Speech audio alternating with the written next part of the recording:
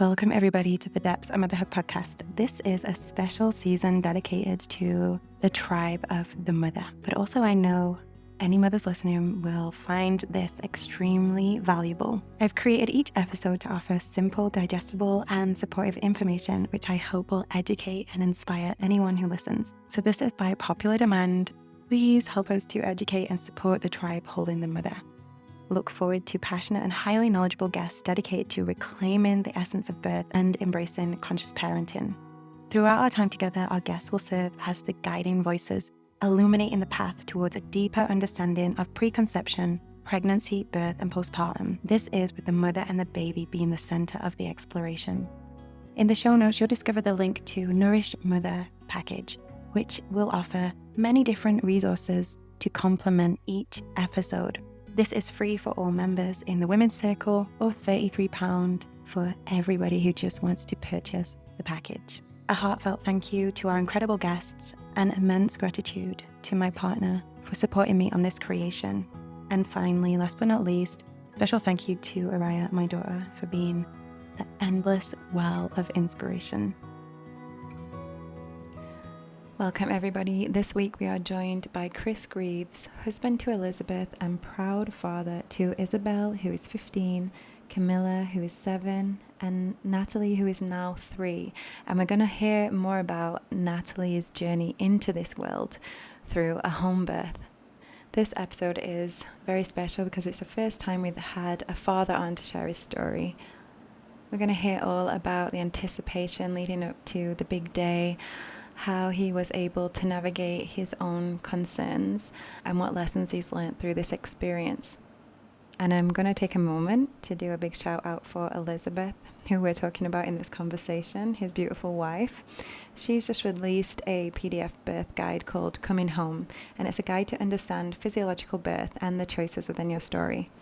It comes with 2 separate his and her workbooks, one for the father and one for the mother, to prepare together and also in their own unique separate ways. I'm going to leave the link to this in the show notes. Okay, before you get comfy to drop into this conversation, let's just take a moment to notice where we are in this moment in time, to let our eyes wander around this space, to see what is holding us, noticing the position of our body, if we can guide the next breaths in so that we can make more space on the inhale and a softness as we exhale, and noticing how the breath moves in and out of the body, which areas expand when you inhale and which areas release and relax when you exhale.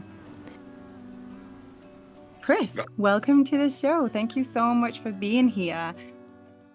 Let's find out more about you. So where you are in the world. So I currently live in Winnipeg, Manitoba, Canada. Well, actually just outside of Winnipeg, for the Americans, right above the state of North Dakota.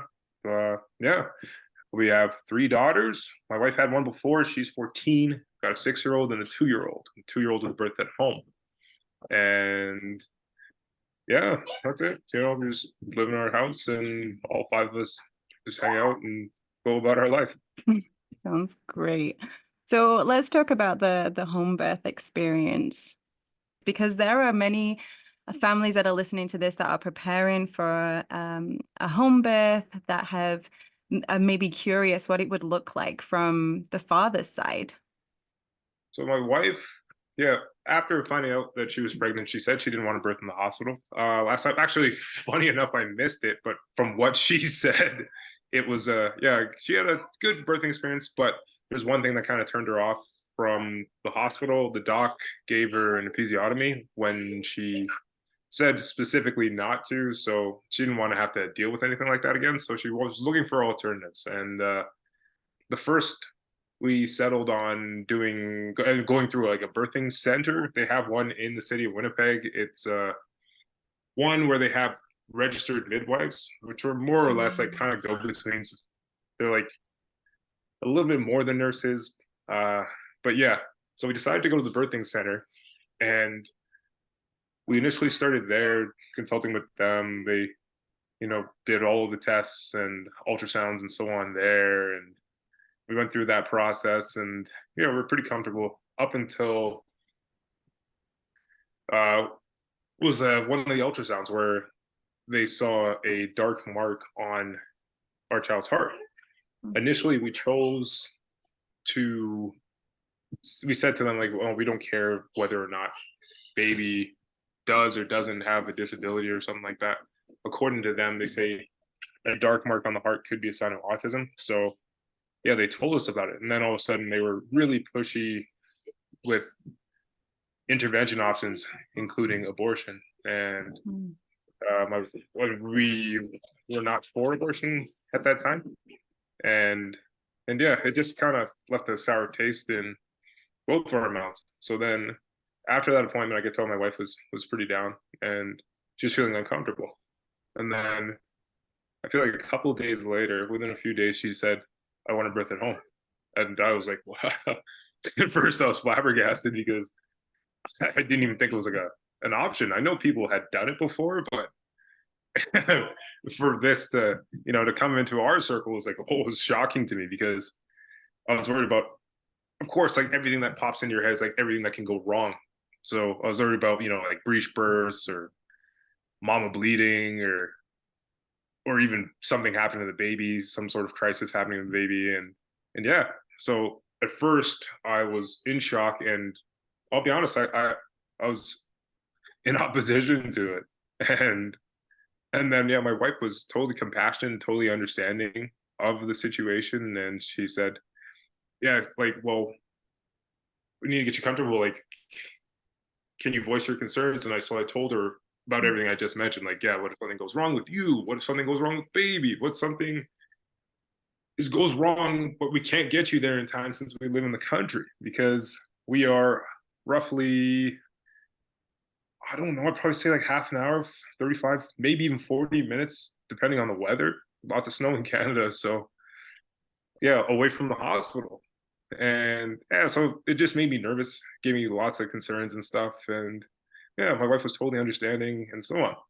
So in the following days, she began to show me videos and documents and suggested books and all this wonderful material saying like, hey, it's normal, it can be done, it's not as scary as you think it is. So then that piqued my interest because she wasn't rejecting my concerns in a sense. She met my concerns and with positive evidence. So it kind of opened up my mind and made me more perceptive to the situation and allowed me to educate myself. And yeah, so like the two key books were a book by Ina May Gaskin. Like I forgot the title of the book, but yeah, it's I'm pretty sure it's like ubiquitous in the home birthing circle. It's found everywhere. I'm pretty sure those who home birth have it. And then there was another book, Home Birth on Your Own Terms by Heather Baker. I swear that was my lifeblood. so so she suggested that book. I took it and I read it. I'm like, oh wow, this is pretty thorough. And then it just made everything more realistic. And so following that, we also met with two local doulas and they explained the situation. And I mean, then they say we explained our situation to them, and then they made it seem more realistic, like saying like, oh, my wife's had two babies already, no issues. Can we have a third one? And at home, and they're like, yeah, well, she's the ideal candidate because she's done it before, and she hasn't used meds for either or. I forgot to mention that as well. She's kind of a good candidate. So after speaking with them, after reading the home birthing material, after talking to my wife and her bringing me lots of videos, lots of books, articles, and so on, yeah, it got me into into this mindset where I became more comfortable and was approachable and became more realistic. Wow, so this was quite an awakening journey for you, for the whole family. And it's so beautiful how you share that your wife met your fears with this support, with this education, instead of closing down and moving away and creating separation. But this actually brought you both closer together and also made you feel that you can do this and helped you to remember how birth can be at home without these interventions. And so I'm curious if you can remember one thing that like stood out to you that was like, wow, I can't believe all of this time that we've been fed this information. And actually, there is another way. Is there anything that like stands out to you? Yeah, kind of what stood out to me was just how in a bubble I was prior.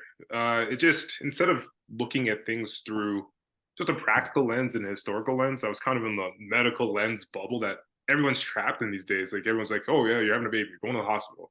That's Mhm. just the way it goes. And then when my wife brought more materials forward, and then I even thought about it, my grandmother, she had 12 kids. And I'm pretty sure at least 30% of them or higher were born at home.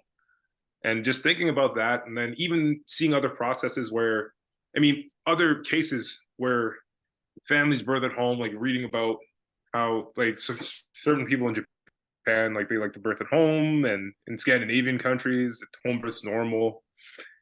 It just made it more realistic. It just kind of opened up my eyes saying, like, hey, I'm looking at things through a primarily North American lens. I kind of just need to be a little bit more open-minded. Mm, that's exactly what happened to us as well. I'm an ex-nurse, and I was so in the medical system. I started training as a holistic therapist whilst being a nurse, but I never really went into the world of pregnancy and birth and postpartum. And I remember I was teaching a yoga class and I was pregnant, and somebody in my class said to me, "Hey, have you considered a home birth?" And I was like, are you crazy? Like, are you trying to kill me? That was like my thoughts. I was thinking, oh, she must be behind the times.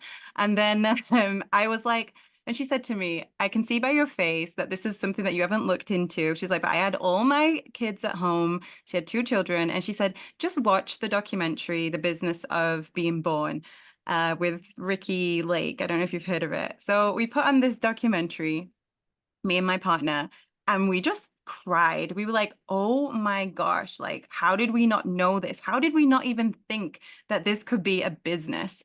And I just remember that moment of just relief, but also like a deep sadness, like a grief that this has just come to light. But then this feeling that we can actually make changes just by educating ourselves and listening to stories. And this is actually why this podcast came to life, because as I was receiving this information, I was like, oh my gosh, like I need to keep this somewhere that I can save it for my daughter or for other people to listen to.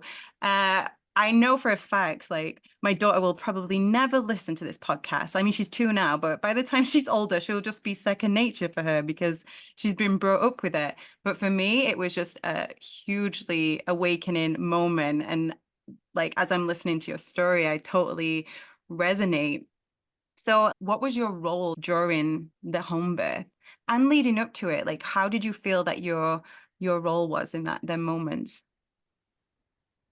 So my role was primarily support, whether it be like emotional support, physical support, just to be there for her. I always say, like other guys, I'm not the one carrying the baby. So it's my wife's experience. Like I get to experience it as well, but she's immersed in the process way more than I am because she's growing life inside of her, right? So I ideally just wanted to do whatever it took just to make her way more comfortable in the Mm. situation. And if she was going to be most comfortable birthing at home, then why not give it a go? So Mm. what I did, my role is to support. So in order to support properly, I have to have somewhat like a knowledge base. So that's why I read those books by Heather Baker and Nina Mae Gaskin, and then I started looking for supplies to kind of make the experience proper and make sure that everything was sterile, everything was safe. So we started looking at birthing supplies online. We bought a big birthing tub, and yeah, so it was just support, and then just thinking of things I could do to support her and things that she would like in the moment, such as getting her drinks that had lots of electrolytes, so this way she Mm. can have the energy to push and so on, and even like little tiny sacks ready just in case labor was long, and yeah, just anything to support. I know she wanted it on video, so just making sure that I had all the equipment necessary. Just make sure we have like a pretty good camera. So got a tripod, set it up in the corner, and so on. And then yeah, and I even did like a mock run of everything about like a week and a half, 2 weeks prior to birth happening, just to make sure everything could work and so on. So, like for example, uh, the birth tub has to be, I forgot what it was. It was like around, they say like what, I forgot the temperature. I think it's like 35, 38 degrees Celsius or something like that. So I had to figure out a system that would work in order to maintain temperature, so that's way that she could be comfortable for home birth. So I got like a big pot on the stove, and then I had like a floating thermometer, and I tested pouring in water just to make sure like it stayed in the right temperature parameters and stuff. And yeah, so I did the mock run, and it went fairly well. So it kind of gave me confidence as well. And by doing the mock run, my wife saw, and she's like, okay, so it got her in the zone as well and got her comfortable. So yeah, just doing like little things like that, just to support and just to make sure like the environment was ready, camera was ready, lighting was ready, kids were taken care of, just to support her and to support her meant like her emotionally and mentally as well, because she knows that I'm preparing, I'm doing the work, and I'm able to support her in the moment. So this way she can just concentrate on what she needs to concentrate on, and that is delivering baby. Oh my gosh. People are going to come and try and find you so that you can be their doula. Oh no. Definitely not qualified. It's so beautiful what you're sharing, because it also highlights something that I've noticed and in our community and also through my own story, which was the mother in these times through this journey can become very educated. There's so much information out there to support this decision to have an undisturbed birth, a physiological birth. And so there is this like receiving of information for the mother and verbally telling the partners or whoever's in a support circle, like, this is what is happening. This is like what I would like. But is the community, the family really receiving that? Do they know what to do in the moment? And as you're saying, like you did these practice runs to know like how it's all going to go, so that in the moments when everything is so unpredictable, you have this plan, you have this ingrained in you, so you can get on with it. You have the drinks ready, you know what she needs. And I find this so beautiful, because in my experience, I was the one doing the education, and I was the one kind of justifying myself and saying, we're going to do this. It's going to be like great. I know all the information, but then this was my first, and little did I know in the moments of being in labor, like I lost my mind. I didn't have my logical brain to say like what drink I wanted or like how to keep the water warm in the I had to blow up pool, but how to do that. And I remember like my partner coming in like, do you want coffee? And then I feel like there's almost this disservice that was given because he didn't have the opportunity to be in that more practical role because it was all just happening. And so just as you're sharing that, and for people listening, I just want to highlight like the importance of really getting into the researching and the practice runs and really putting yourself in that position. So when it starts to unfold, you can show up fully for the mother, because the actual the labor is the unpredictable part. Like we don't know what that's going to be like. And even if the mother has had many births before, each one will be completely different. So it's so beautiful that the way that you shared that and the way that you explained that you showed up. So thank you. Did you have any other support there with you, or was it just you and Elizabeth? Well, oh, it was just myself and Elizabeth, and yeah, kids were home, but I think my eldest was watching, so it'd be 5-year-old at the time, and yeah, she was kind of just watching her, just making sure. They think they were off in the other room playing or watching something. I'm not even sure, but no, it was just us. Wow, how beautiful for the other kids to see that and grow up around that too. This is my little one. She's come in to say hi. Oh, this is Araya Papaya. She's Araya, but she likes to be called Araya Papaya. So I have to introduce her properly. Otherwise, yeah, it's not good fun. So how did Oh it yeah. feel for you witnessing Elizabeth going through labor? How did it make you feel? Well, she had two prior, but I wasn't there for either or. So this is the first time I actually got to experience it. And yeah, just like the raw emotion, pain, just trying to sympathize and understand the pain that she's going through, and even just keeping in mind that I could never understand like the level of pain and just the amount of energy needed to birth. It was kind of humbling, and yeah, very sobering as well. And yeah, just trying to just be attentive and measure the moments in a sense, because yeah, like when a contraction's happening, I knew that I didn't have her. She was just had to focus. That's it. And you're holding on. You're riding the wave, right? And when the contraction was over, that's my moment to communicate. So I had to be really attentive. And so as soon as the contraction was done, after she was done riding the wave of pain and the experience, like yeah, that's when I would communicate with her and try to provide support of what she needed. Yeah, and yeah, and I'm worried for her because birth, like you said, it's unpredictable, and it yeah, things sometimes just don't go the way you envision. So I just had to be attentive and just make sure. So it was like there was a worry in the back of my mind that yeah, something could arise, something could come up, because it's normal. It is a part of birth and it is a part of life. Big shout out to our sponsor, Evolving Humans, who are the pioneers for energy healing. This practice that I was taught 4 years ago has been studied by researchers all around the world to provide evidence of the physiological effects of energy healing. And I'm not just saying this because it's a promotion, but I have used this practice every single day for 4 years, and personally I've noticed the most impact in my emotional state. This energy practice taught me how to feel energy in my body and observe the sensations. The technique involves you using your hand and connecting to the energy field within your body. And with this gentle, loving awareness that you bring to the table, everything is seen and lived. The whole being comes into alignment. During the birth of my daughter, I tore, and the discomfort that I was experiencing with this tear started to ease up dramatically when I would use this technique. In the show notes, you'll find the link to Evolving Humans so that you can explore this healing technique, which is available through a course that you can join today. Right. So yeah, I was worried. I was also very excited as well because it's a brand new experience, and we're doing something like pretty cool.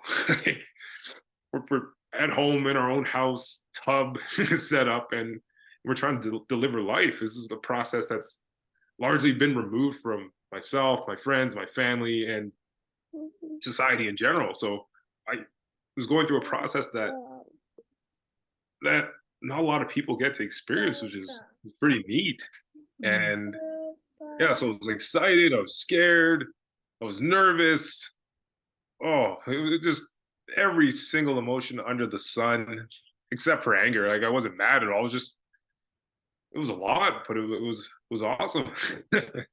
So how did you hold these emotions during this time? Like, did you have any tools and tips? uh yeah, well, luckily through like previous lines of work, I'm like kind of used to managing like emotions and stress and stuff. And yeah, I just knew that I had to, like, my job's to support, so I had to focus on that. And in order to make that happen, I just had to just go about my job and just and manage my emotions. So just checking on Elizabeth, making sure she was okay. Elizabeth's my wife's name. And yeah, just making sure, like, yeah, like I said before, like the pot of water is on, constantly running, just making sure the tub's at temperature, uh, making sure that, the kids are okay, just occasionally popping in for 10 or 20 seconds to check on the other ones. And yeah, checking the camera, it has battery. So like during some of the contractual moments, I quickly speak to her, run over to the camera, check it real quick to see if there's adequate battery life. So this way we captured everything. And yeah, it's just kind of managing my jobs and thinking about what I need to do in the moment helped manage my emotions as well, because it gave me like purpose. It gave me jobs. It gave me something to focus on. So this way I didn't have enough time to be in my own head and think about like all the things that could go wrong, or like, whoa, what am I feeling right now? What if this happens? Blah, blah, blah. Just focus on my jobs, focus on support. So by doing that, it helps you manage your emotions and stuff. Yeah. Yeah, it brings you into the most present moment. It's the best meditation of awakening all of your senses and becoming very present. The way that a mother is held and witnessed is so important because it does take that presence of what is actually happening in this moment, what needs to be done. And I like what you were sharing at the beginning as well, you know, just like what the mother is experiencing through sensations and how that, you know, there's pain, there can be pain, sorry, there can be sounds, there can be movements that don't look like the normal way that she would sound or move or speak, and just being very aware of that, because this is the journey, and so much, like, the mother is being open on all levels, like physically, emotionally, spiritually, and so much can come through in these moments. And like, I remember for myself, I was screaming so loud and such high pitched, and that wasn't something that I had even considered. So it was kind of like a scary moment for us. Like, what is this sound? Is this normal? I hadn't heard that this would happen before. Like, I'd heard, you know, screaming, like when people are giving birth, maybe from the movies, but this high pitch that was coming out with me. And I was speaking to Rachel Reed, who wrote Reclaiming Childbirth as a Rite of Passage. And I said to her, like, can you shed any light on this? And she said, you know, when we use our voice, our energy moves through our body. So with a higher pitch, the energy moves up, and with a lower pitch, the energy moves down. So it's a way of actually protecting ourselves from tearing. So like, it brings the energy up, the baby will be brought back up the birth canal, and then when the sound comes down, it's like the opening. And so that for me was just, I was like, wow, I wish I wish I knew this before, then it wouldn't have scared the shit out of me when it happened. Yeah. So And then just, yeah, knowing from before is just that, yeah, like people manage pain in different ways, and people manage emotions. And I don't know, there's a variety of senses that are happening. It's not just pain that a mother's experiencing in the moment. So everybody manages it in different ways. So there's going to be different sounds, different movements. And I was just kind of just reading what my wife was doing in the moment. And yeah, like a lot of like guttural, low pitched sounds she was making, and understanding like that her eyes were closed and she was grabbing onto the handles of the birth tub in order to stabilize herself. And she was just trying to just manage the way she was going to manage. And I was just reading just to see if she was like okay in the moment. And then I didn't ask her like she was okay all the time, but I definitely asked her from time to time just to check in. And I just knew that it's a natural process. The body knows what to do, and she's just going to do it her way. So that's beautiful. Can you remember it. when Just she kind of was just in, can you remember when she was in transition, like when the baby was literally in that moment from coming out, how she might have shifted in her, the way that she was expressing or how she was showing up? Because this is a very important time where I think needs to be spoken about more, because literally the hormones change as the baby's coming earthside,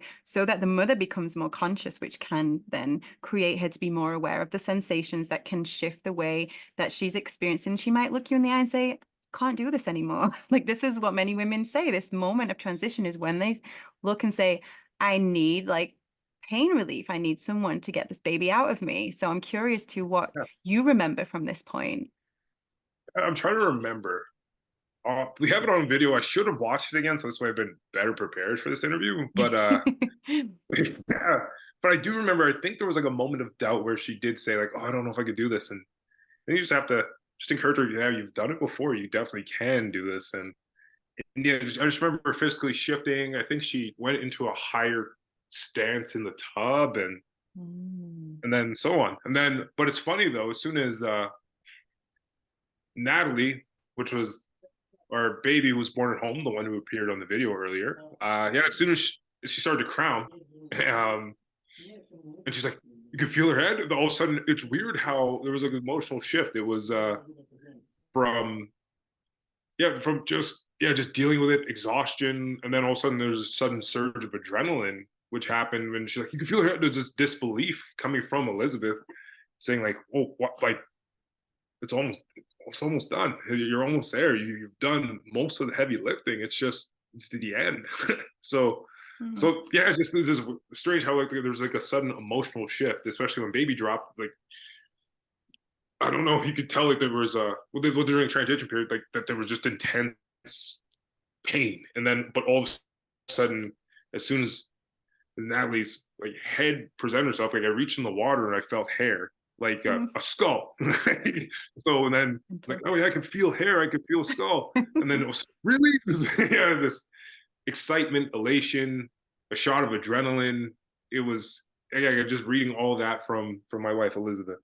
Wow. Yeah, it's like, oh my gosh, it's actually happening. There's another human being coming out of my Yeah, wife now. What is going on? It's yeah, real. just yeah, it's real, and then you can tell. But I was in disbelief too. I'm like, well, this is actually happening. We actually like, we're almost there. Like, so yeah, this disbelief, and then you kind of just like hoping, like, oh my gosh, I hope she's okay. Hopefully, like all fingers and toes are there. Hopefully, she starts breathing right away. It's just you start thinking about those things. They enter your mind, and so on. So yeah, just it's a lot of emotion. How were the moments after like the golden hour? How was that for you and your family when Natalie came into the world? How did that just Oh, feel? it was spectacular because yeah. So Natalie, yeah, head came out and she came out pretty quickly, and then I'm like, you did it, and she's like, I did it. I'll So yeah, find she's it. like, you did it, and then she's like, I did it, and then yeah, then we're all screaming, celebrating, whatever, all happy and stuff.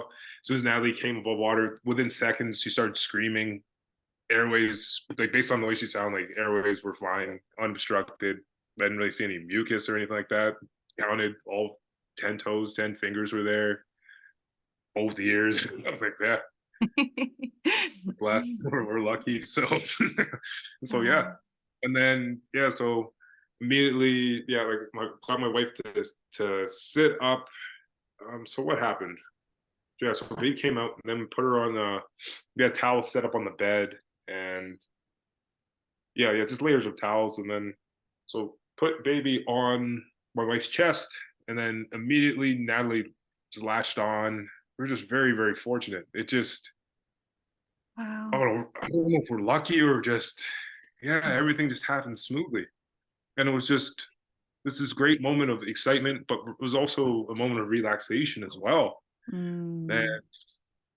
then yeah, my 6-year-old, her name's Camilla, she came running in the room, and then Isabel, who's now 14 at the time, so she would have been yeah, like about like 12. Yeah, it's 12. Yeah, and she came running in the room as well, and then everyone was just kind of stunned because it actually happened.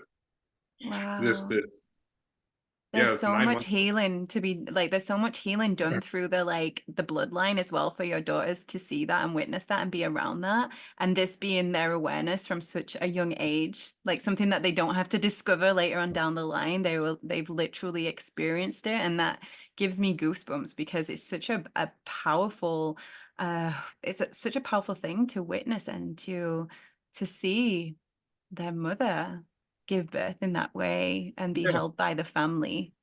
Wow. Amazing. I think so because yeah, my daughter Camilla, the 6-year-old, I think yeah, the 12-year-old, she didn't want to see mom in pain because I think Mm. she had better understanding and better awareness of what was going on. But my now 6-year-old Camilla at the time, she was very curious. She came in and out, and she's like, "Oh, what's wrong with mommy?" I'm like, "Oh no, mommy has to do hard work. She's in pain. She just has to get through this." And then when Natalie came out, she's like, "What?" I have a sister. Wow. Yeah, so yeah, she got to see the entire process, and it made how largely in North America, like birth isn't talked about until kids like learn about birds and bees, and it's just this highly Yes. medicalized process. Which is Oh, weird though, because they could see an animal give birth, and yeah. but we don't talk about it until a kid is above, I don't know, 10 years old. Oh, A yeah. lot of It's the like the time, secret yeah, information. Like my daughter's almost 3 and she knows exactly what a womb is, the ovaries. Like we have little crochet things and she, it's no different for her. It's just like it just is something that's part of her life. Like she hears mummy talking about it yeah, all the time. And it confuses me so much why this information is withheld. I mean, I have my I have my own beliefs around that. It's like a whole other topic, yeah, but yeah, yeah, yeah. I agree. I mean, I mean, there's like obviously things that like people will learn like when they're older and stuff, but why not just have just general education and understand how natural processes work from a young age? I don't know. It's just I don't feel it should Right. be extremely taboo, you know. Exactly. And I think this is the start of like when we look at how humans have been so disconnected from their body, because then it also brings this like secretiveness around menstrual cycles as well. And I think about what I got taught in school, it was nothing. And it was this is where the taboo started. And so like for so many women that I support, sit in circle with, this is the first part, is like reclaiming that relationship with the body, starting with the menstrual cycle, because this is like the beginning of this whole journey. And then that then takes us into menopause, of how well we know our body through these stages, how well our families understand it to support one another, and then, moving through life in that way. So I feel as early on, like just making them aware, and it's, like with my daughter, it's more about um being in relationship with her body. So like she understands where this is. She understands like what mummy's doing at certain times of the month and how to care for oneself. And she's so gentle. If I say like I'm on my period, she will come in and she understands something is happening and she's not afraid. It's not disgusting. And I feel like this is preparation for her to see me give birth one day again, maybe. Yeah, like well, most little girls will get periods, so it's just something that is it's normal. It's I It don't understand happens. why it's a taboo thing. And It's this just is these normal. conversations that will bring it back. Like these conversations, the way that you're living your life, this is what will get us back to our body and get us out of the system unnecessarily. So, woohoo, we're doing Yeah. it. So, in the postpartum phase, did you feel supported? Because when I've spoken to fathers, there is this feeling that there's a lot of pressure on them, that there's not really anyone to talk to. And a lot of the time when I've been speaking to fathers, they like share how actually watching the labor or not being able to be there was pretty like traumatic experience. And then in postpartum, not really knowing how to show up, but wanting to show up. So it's just this, I'm really curious from like your side of it, because I do see when think of families, it's just this like collective energy moving through this. Yeah. So I don't know, the postpartum phase, I feel because we were birthing, I mean, because my wife is birthing at home, we understand that like I didn't really seek out support. I don't know how else to say it. I mean, like I had done a decent amount of reading and so on, and then I was there for my wife because I was away for work.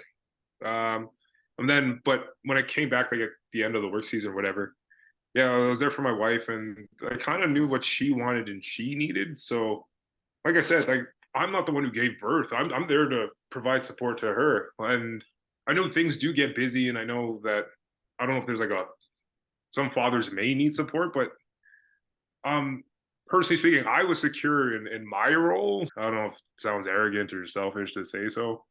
I just knew I needed to cook. I knew I needed to be attentive to my wife, do what she asked, and yeah, just make sure my kids were taken care of. So so I don't know. Those are like the three things. Like those are my priorities in my mind. And Mm. yeah, maybe I don't know if I was networked with other fathers who were going through the experience, or even like other couples who had gone through the experience, and as to what to do or how to go about things or how to be there for your wife Mm. and so on.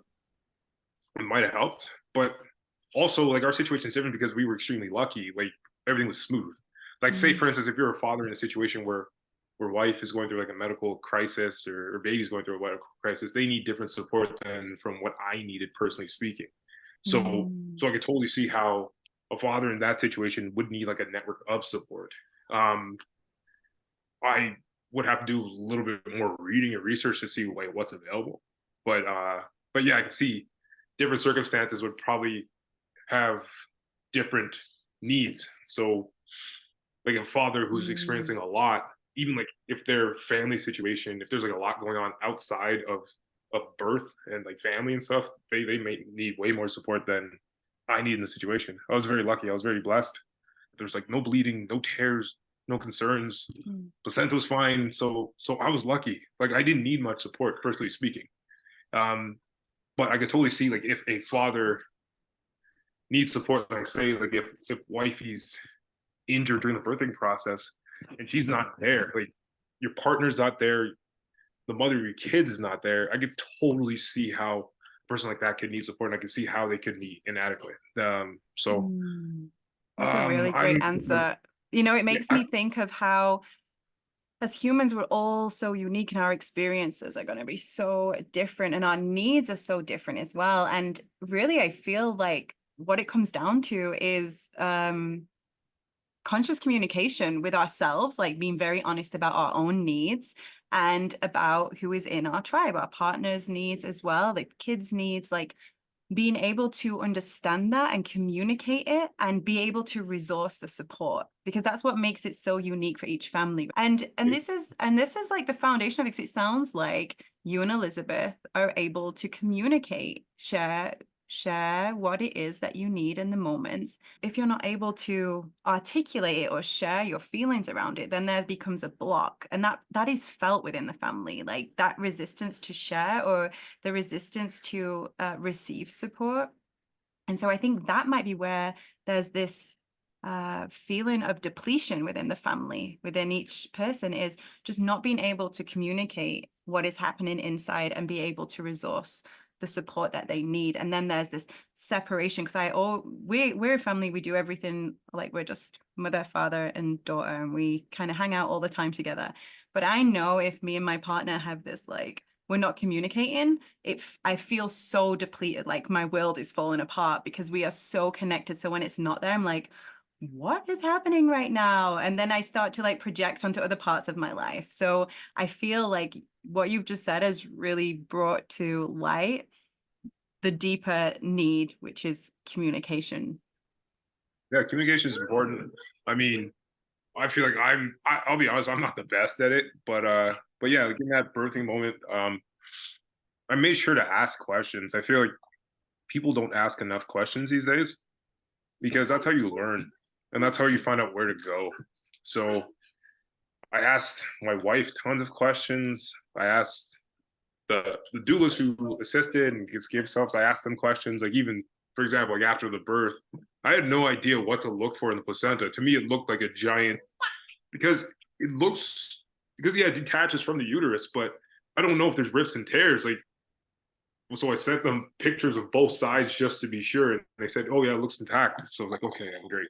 So yeah, just asking questions like that, you know, in order to, yeah, that will give you support in the moment, right? So yeah, like, just ask questions. Like if you're a father, a mother, anyone, just ask questions. It doesn't have to just be with birth. Just ask questions in general in life. It's a great way to start conversations, and it's a very great way to learn. So just ask questions. I love that. I think that's the greatest bit of advice to wrap this up. Thank you so much, Chris.